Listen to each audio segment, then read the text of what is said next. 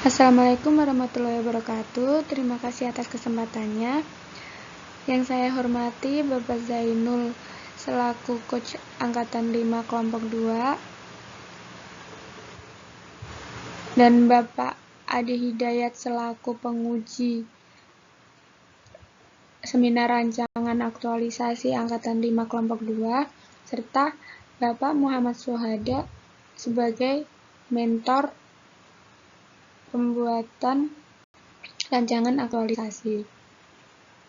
Di sini saya akan mempresentasikan mengenai rancangan aktualisasi saya yang berjudul Peningkatan Keterampilan Mengajar Guru melalui workshop pembuatan soal kuisis dan Google Form berbasis IT di SD Negeri Alas Dowo 02. Sebelumnya, saya akan memperkenalkan diri saya. Nama saya Aisyah Sri Ruhmaida. Saya bekerja di UPT DSDN Alas Dowo 02 Kecamatan Duku Seti Kabupaten Pati. Saya lahir di Kota Baru 13 Juli 1997. Hobi saya menonton film dan kulineran. Kemudian moto hidup saya yaitu jadikanlah hari ini lebih baik dari kemarin dan esok lebih baik dari hari ini. Selanjutnya ke isi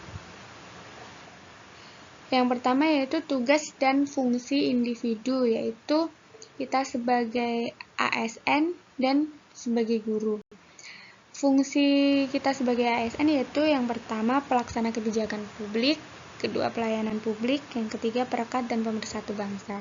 Kemudian tugas pegawai ASN yaitu yang pertama melaksanakan kebijakan publik, memberikan pelayanan publik yang profesional dan berkualitas, dan mempererat persatuan dan kesatuan negara kesatuan Republik Indonesia.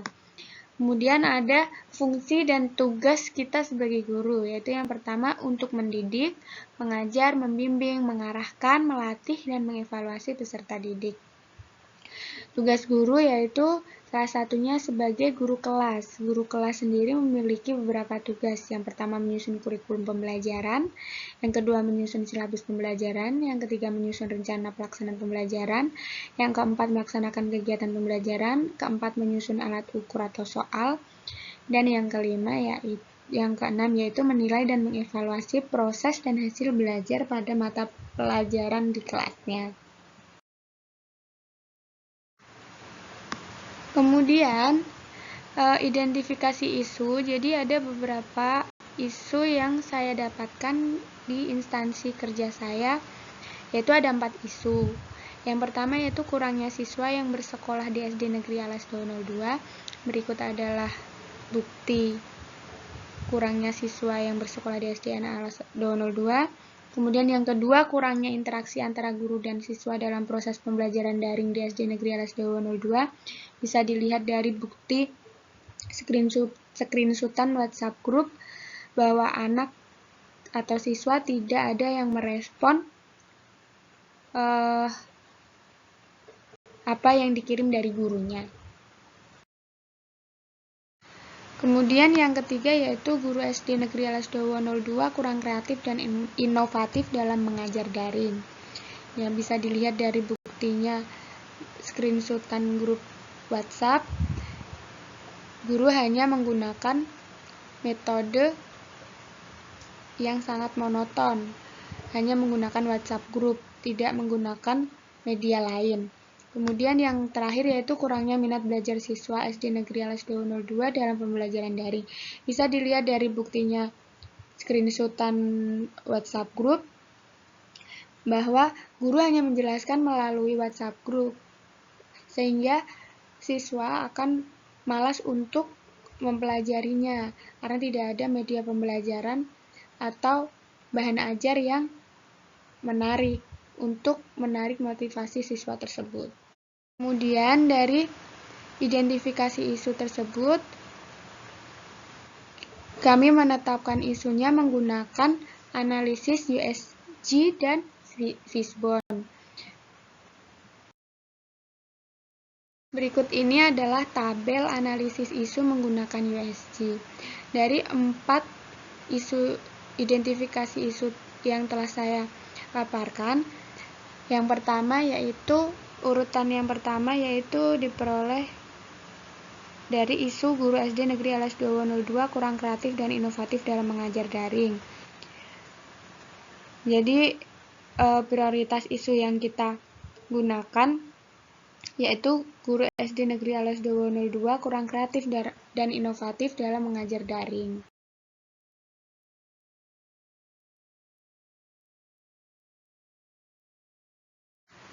Selanjutnya adalah gambar fishbone, yaitu cara menentukan akar masalahnya. Yang di sini saya menggunakan man, mesin, method, and mother nature. Nah, dari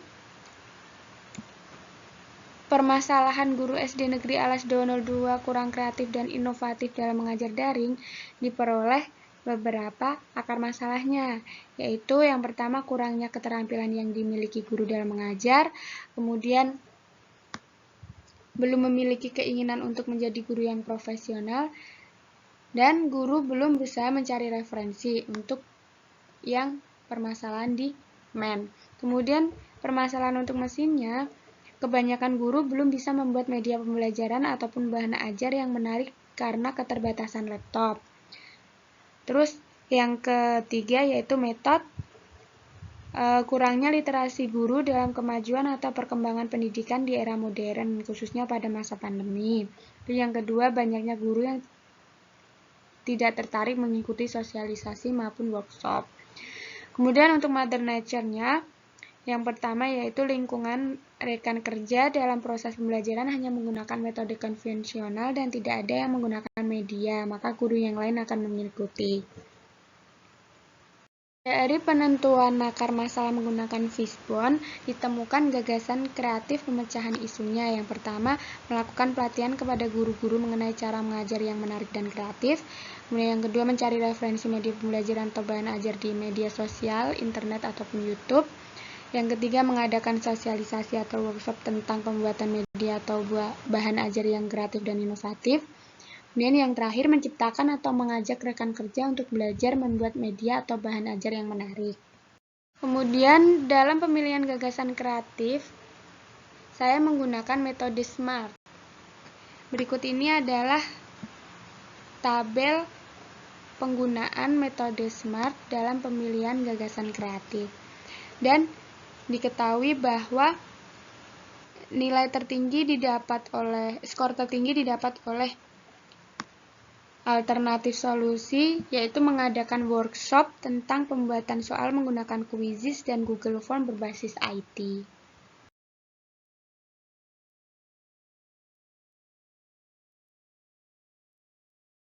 Dari gagasan pemecahan isu tersebut, didapat kegiatan aktualisasi, yaitu yang pertama, mengadakan rapat bersama kepala sekolah dan guru-guru untuk memberitahukan bahwa akan diadakan workshop dan menentukan materi workshop. Yang kedua, menyusun proposal kegiatan workshop. Yang ketiga, menyusun panduan pembuatan Quizzes dan Google Form. Yang keempat, pelaksanaan kegiatan workshop. Yang kelima, evaluasi kegiatan workshop. Berikut adalah penjelasan dari kegiatan yang pertama, yaitu mengadakan rapat bersama kepala sekolah dan guru-guru untuk memberitahukan bahwa akan diadakan workshop dan menentukan materi workshop. Output yang ingin diperoleh yaitu terwujudnya hasil diskusi dengan kepala sekolah dan guru-guru. Nah, dari kegiatan tersebut didapat nilai dasar anekanya, yaitu yang pertama akuntabilitas, yaitu tanggung jawab. Yang kedua nasionalisme, yaitu musyawarah. Etika publik, yaitu sopan santun. Komitmen mutu, perbaikan berkelanjutan, dan anti korupsinya adalah sikap jujur.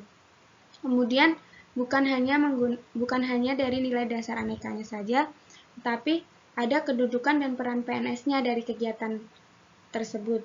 Yang pertama yaitu World of Government. Ini dibuktikan dengan koordinasi antara peserta lasar dengan mentor dan rekan kerjanya. Kemudian penjelasan yang kedua yaitu kegiatan menyusul proposal kegiatan workshop. Hasil yang ingin diperoleh adalah draft proposal kegiatan workshop. Berikut adalah tahapan kegiatannya dan output dari tahapan kegiatan tersebut. Nah, dari kegiatan 2 ini terdapat nilai dasar anekanya, yaitu akuntabilitas dengan sikap tanggung jawab, nasionalisme dengan kegiatan bermusyawarah, etika publik dengan sikap sopan santun, komitmen mutu dengan orientasi mutu, kemudian anti korupsi dengan sikap tanggung jawab dan kedisiplinan. Kemudian kedudukan dan peran PNS-nya yaitu World of Government, yaitu koordinasi antara peserta latsar dengan mentor, yaitu kepala sekolah. Kemudian yang kedua yaitu manajemen ASN, dibuktikan dengan menyusun konsep atau langkah-langkah pelaksanaan. Kemudian kegiatan yang selanjutnya adalah menyusun panduan pembuatan kuisis dan Google Form. Outputnya yaitu panduan pembuatan soal menggunakan kuisis dan Google Form dalam bentuk buku saku. Berikut ini yaitu tahapan kegiatannya, ada 5 tahapan kegiatan dan ada 4 output. Kemudian nilai dasarnya yaitu akuntabilitas dengan sikap responsibilitas, kemudian nasionalisme dengan musyawarah, etika publik dengan sopan santun, komitmen mutu dengan kreatif, inovasi, dan perbaikan berkelanjutan, kemudian anti korupsi yaitu kerja keras. Kemudian kedudukan dan peran PNS-nya yaitu World of Government, yaitu berkolaborasi atau berkoordinasi dengan kepala sekolah atau mentor. Kemudian yang kedua manajemen ASN, yaitu menyusun buku panduan. Pelayanan publik yaitu dengan menyediakan buku panduan untuk peserta workshop. Yaitu kegiatan 4, pelaksanaan kegiatan workshop. Outputnya yaitu terlaksananya kegiatan workshop dengan diikuti guru-guru SDN LS 202. Berikut ini adalah tahapan kegiatan dan output yang dihasilkan. Kemudian nilai dasar anekanya yaitu akuntabilitas, konsistensi dan tanggung jawab, nasionalisme berupa diskusi, etika publik yaitu peduli, komitmen mutu yaitu efisiensi, kemudian anti korupsi yaitu jujur. Kedudukan dan peran PNS-nya. Yang pertama, manajemen ASN, melaksanakan kegiatan workshop dengan baik. Pelayanan publik, membimbing guru dalam pelatihan membuat soal. Yang terakhir yaitu kegiatan evaluasi pelaksanaan workshop. Outputnya yaitu hasil evaluasi. Berikut ini adalah tahapan kegiatannya dan output yang dihasilkan, dan nilai dasar anekanya yaitu terdiri dari akuntabilitas berupa transparansi, nasionalisme berupa mengutamakan kepentingan publik, etika publik yaitu respect, komitmen mutu perbaikan berkelanjutan, dan anti korupsi yaitu berani. Kemudian kedudukan dan peran PNS-nya yaitu yang pertama manajemen ASN, mengolah hasil. Kemudian pelayanan publik memberikan wadah usulan. World of Government, pelaporan kepada kepala sekolah. Selanjutnya dari kegiatan-kegiatan yang telah saya buat ada dampak pemecahan isunya. Yang pertama untuk individu atau peserta latsar, yaitu meningkatkan kreativitas dan inovasi individu. Kemudian unit kerja menyelenggarakan kegiatan pembelajaran yang lebih berkualitas. Kemudian rekan kerja membantu rekan kerja untuk meningkatkan kemampuannya dalam proses pembelajaran daring menjadi lebih menarik. Kemudian untuk peserta didik meningkatkan motivasi belajar. Untuk wali murid, orang tua tidak bekerja terlalu banyak dalam menjelaskan kepada anaknya. Dan berikut ini adalah jadwal pelaksanaan aktualisasi yang akan saya lakukan di SDN LS 202 dari tanggal 1 September sampai 13 Oktober 2021.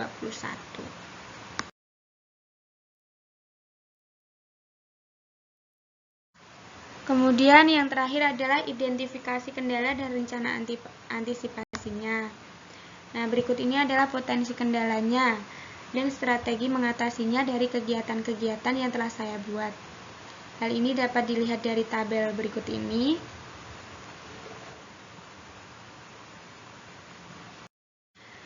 Sekian pemaparan dari saya. Apabila ada kesalahan dalam proses pemaparan atau presentasi, saya mohon maaf. Wassalamualaikum warahmatullahi wabarakatuh.